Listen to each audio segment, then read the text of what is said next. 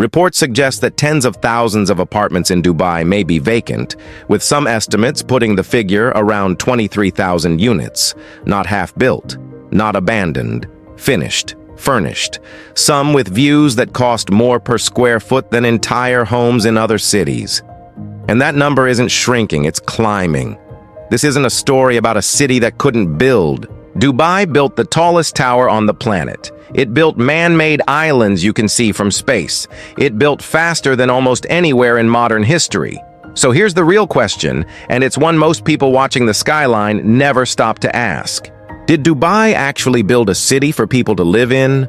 Or did it build something else entirely and just dress it up to look like a place you'd want to call home? Stick with me, because by the end of this video, you'll understand exactly why those lights stay off in thousands of units every single night. And if you want more breakdowns like this, where we pull back the curtain on cities, markets, and systems that look perfect from the outside, hit subscribe right now, because what we're about to walk through next is the part most people never get told. Let's start with something simple. The clearest sign a city actually works isn't how tall its buildings are. It's how many people choose to stay. In 2005, Dubai's population sat around 1.4 million. By 2023, it had jumped past 3.6 million people.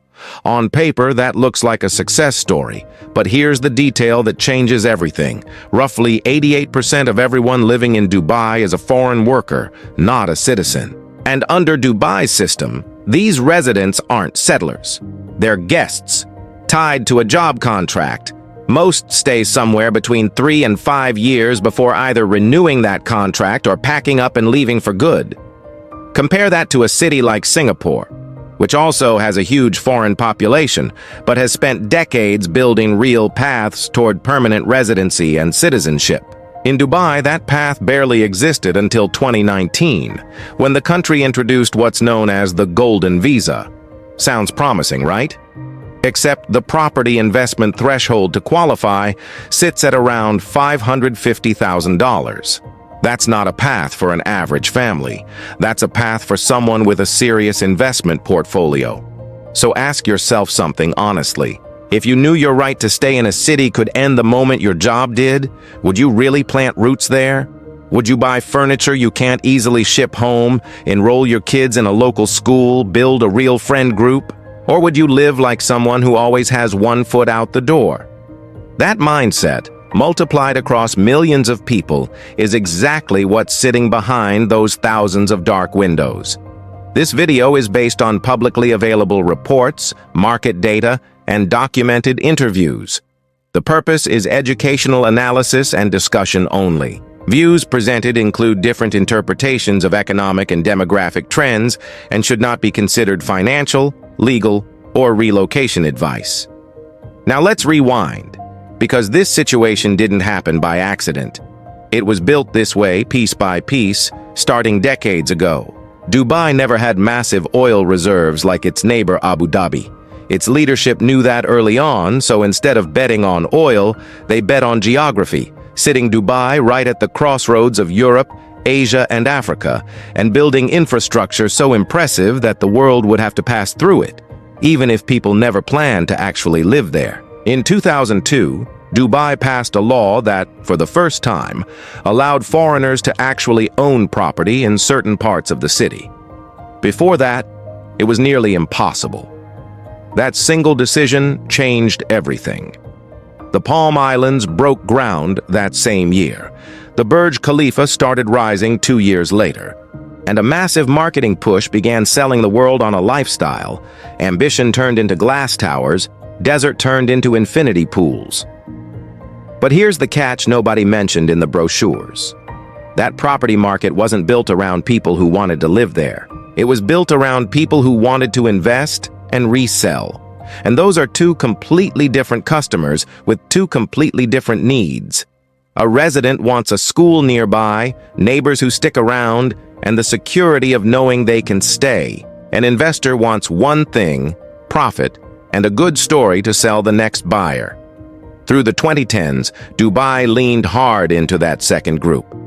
Off-plan apartments, meaning units that didn't even exist yet, were selling out in hours. Not to families looking for a home, but to investors flipping paper contracts before the building was even finished. Government data from that period showed a huge share of these transactions involved properties changing hands multiple times before construction wrapped up. The building wasn't a home yet, it was a trade. So picture what that actually creates once construction finishes. A 40-story tower goes up.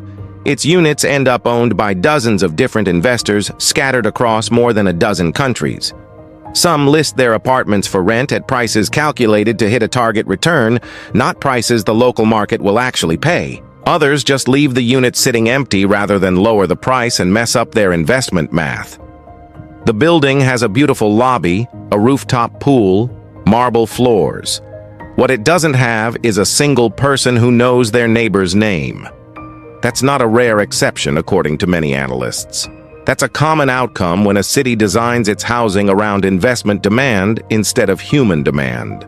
And it's not just the newer developments either. Even Dubai Marina, one of the most walkable, well-designed areas in the whole city, with restaurants lining the waterfront and a promenade people actually use, runs into a similar pattern. Tenants typically stay 2 to 3 years before a rent hike, a visa change, or a new job pulls them somewhere else. The landlord finds someone new. The cycle starts over. A real community needs time to form, and the visa system here simply doesn't guarantee anyone that time. If you were offered a great job in a beautiful city, but knew your right to stay could vanish overnight if your employer decided they didn't need you anymore, would you really build a life there? Drop your honest answer in the comments, because I'm genuinely curious where people draw that line. Now let's talk numbers, because this is where things get even harder to ignore. In 2023, Dubai saw one of its sharpest rent increases in years. Property data from major consultancies showed average rents in prime areas jumping between 20% and 30% in a single year. A 2-bedroom apartment in downtown Dubai that cost around $35,000 a year to rent in 2022 was pushing past $46,000 by late 2023. Yes, there's no income tax, but healthcare, schooling, and most basic services that other governments subsidize all come out of pocket here. International school fees alone can run anywhere from $20,000 to $50,000 a year per child. Add private health insurance for a family. Add a car because most residential areas aren't built around public transit. Add air conditioning running 10 months a year just to survive the heat. That tax-free salary that looked incredible on a spreadsheet back home shrinks a lot faster than people expect. This is one reason that 3 to 5 year window keeps repeating itself. For some residents, rising costs and changing circumstances eventually lead them to consider relocating. They arrive excited, spend a year or two actually living the numbers in real life, and start weighing whether the math still works. The city says goodbye to some, and within weeks, someone new arrives to take their place. And here's a part that's harder to sit with. Critics argue that this pattern may reflect incentives built into the system rather than an unintended consequence. A population that doesn't stay long also doesn't build long-term expectations. They don't demand permanent social housing, government pensions, or decades-long public investment the way a settled population would. Dubai's economic model relies heavily on a constant stream of skilled workers who fund their own lifestyle, contribute to the economy, and often leave before becoming a long-term cost to the system.